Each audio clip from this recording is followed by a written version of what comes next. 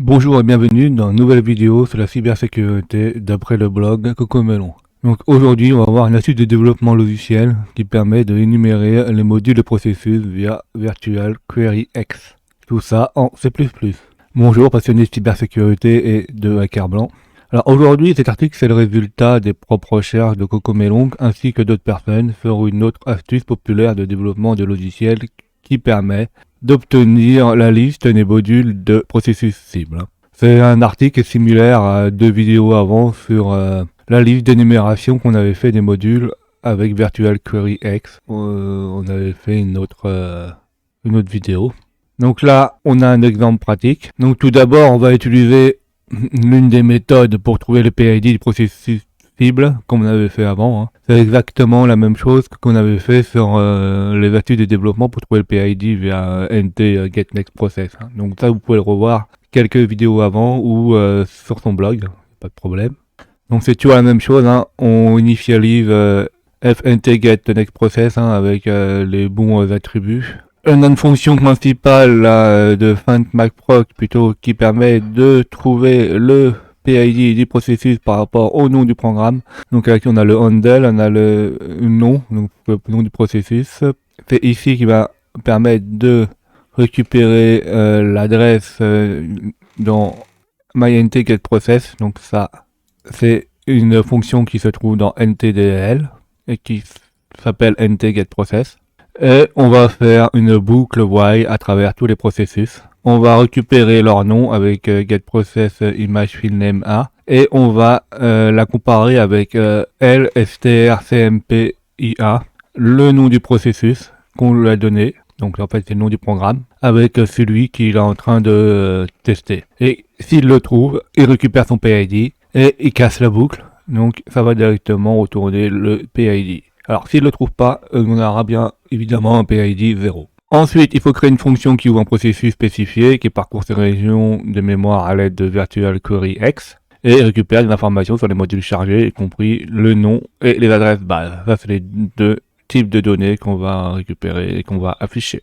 Alors, on a une fonction qui s'appelle listModuleOfProcess, c'est celle-là qui, à partir du PID, qui va récupérer tous ces modules qui sont attachés à lui ou chargés à l'intérieur de lui. Donc on a bien un handle sur PH, on a bien les informations de la mémoire où se trouvent les modules. Donc la première chose c'est qu'on va ouvrir le processus en query information et surtout en lecture. Alors si on a une erreur, s'il n'arrive pas à l'ouvrir, il va retourner -1 et ça va quitter la fonction. Sinon, il affiche qu'il a trouvé des modules, il met des informations comme quoi c'est les noms et l'adresse de base. Alors avec la boucle while, là, avec Virtual Query X, il va énumérer les processus, c'est-à-dire les modules qu'il a trouvés plutôt. Et là il a dit qu'on se concentre seulement, on va récupérer seulement les données qui sont le nom des modules ainsi que l'adresse de base. Donc là si il y a une condition, il trouve les adresses de base et que l'allocation de base n'est pas nulle, donc c'est bon. Alors il va voir s'il arrive à récupérer aussi les noms. Donc il vérifie si on trouve l'adresse de base et les noms. Ceci est trouvé, alors il peut les afficher. Donc là il va afficher le nom et l'adresse de base. Et une fois qu'il a affiché les données, il va incrémenter le pointeur, donc la région, et on passe à la région suivante. Et on regarde s'il y a des données dedans qui sont le nom du module ainsi que son adresse de base. Et une fois que tout est terminé, on ferme le handle. Donc comme vous pouvez le voir, le code entre la boucle, donc la boucle while, qui continue tant que Virtual Query X récupère avec succès l'information de la mémoire, ces boucles parcourent les régions de mémoire du processus cible.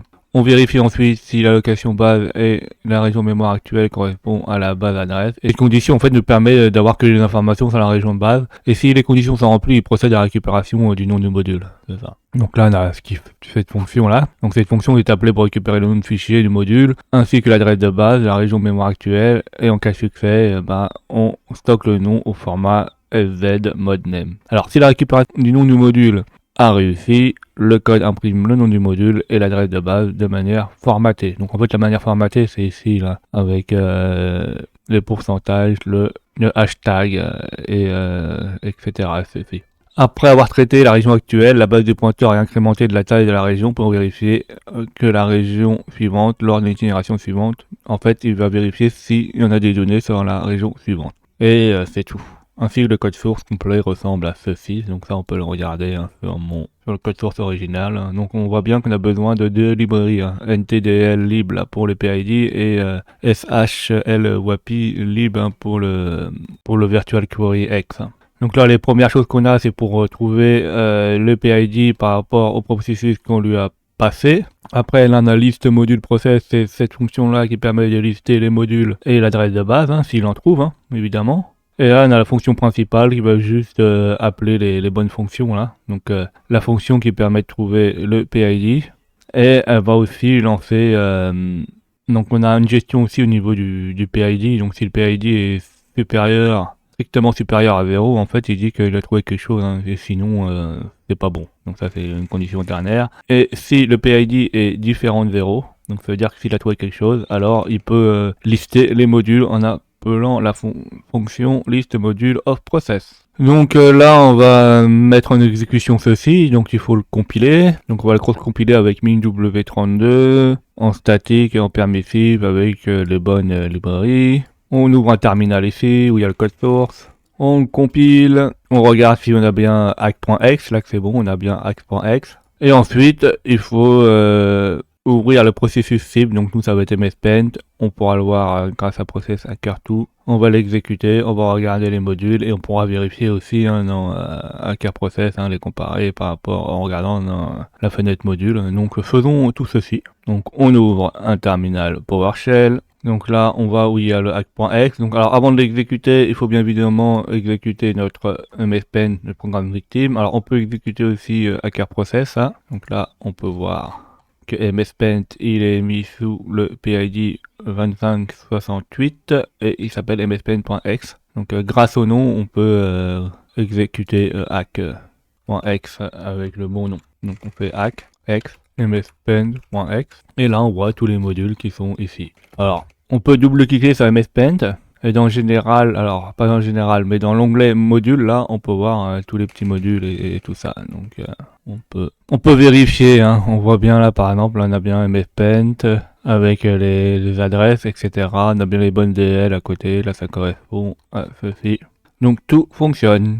Alors, comme vous pouvez le voir, tout fonctionne parfaitement. Gardez à l'esprit que ce code peut avoir des limitations et des dépendances sur les API Windows spécifiques. De plus, il s'appuie sur le nom du processus pour l'identification, qui ne peut pas être unique. Oui. Donc, en fait, il dit que comme c'est, il vérifie que non. En fait, par exemple, si il l'appelle par les ordinaux, par le numéro, un nombre, il va pas le voir. Ou même si, par exemple, il y a certaines applications comme de protection contre les menaces se protègent elles-mêmes en évitant qu'on puisse voir leur propre module. Donc ça, ces protections-là vont éviter d'être lues. Donc ça peut pas être efficient pour ceci. Et puis il peut y avoir aussi des appels par adresse. Donc si on l'appelle directement par adresse, évidemment, il va pas réussir à retrouver le nom du module. Alors ce code peut également vous aider à développer vos propres scripts pour travailler avec la mémoire des processus, par exemple pour le forensic, ou d'autres tâches sur les cas pratiques pour les équipes bleues, donc les blue teams. Hein. Donc ça c'est bien pour voir à peu près quel programme charge quoi. Après, comme c'est dit plus haut, il faudra largement l'améliorer pour essayer de taper dans les adresses ou essayer de contourner les protections des malwares. Hein. J'espère que cet article fera connaître aux équipes bleues des techniques intéressantes comme le team et de développement logiciel malveillant. Donc ça c'est aussi bien pour pas que les blue teams. Hein. C'est bien pour, pareil pour les équipes rouges hein, qui veulent savoir comment ça fonctionne, mais aussi bien pour les administrateurs, les techniciens, s'ils veulent un petit outil qui permet de lister les modules en ligne de commande, et en plus on peut le scripter assez facilement ou l'intégrer dans un programme. Ça peut être aussi pour le développement, par exemple, si on veut être sûr que tous les modules sont chargés correctement. Donc un programme peut essayer de s'auto-vérifier pour voir si tout fonctionne bien. Donc en fait tout ce qu'on fait là depuis le début au niveau des vidéos, c'est tous des cas pratiques à des fins pédagogiques, hein. C'est pas pour faire des bêtises, on est là pour apprendre et pour lutter contre les menaces persistantes. Alors j'espère que vous avez appris plein de choses, n'hésitez pas à mettre des commentaires pour que j'ai des retours, abonnez-vous, mettez des pouces bleus et surtout cliquez sur la cloche de notification pour être au courant des nouvelles vidéos qui sortent.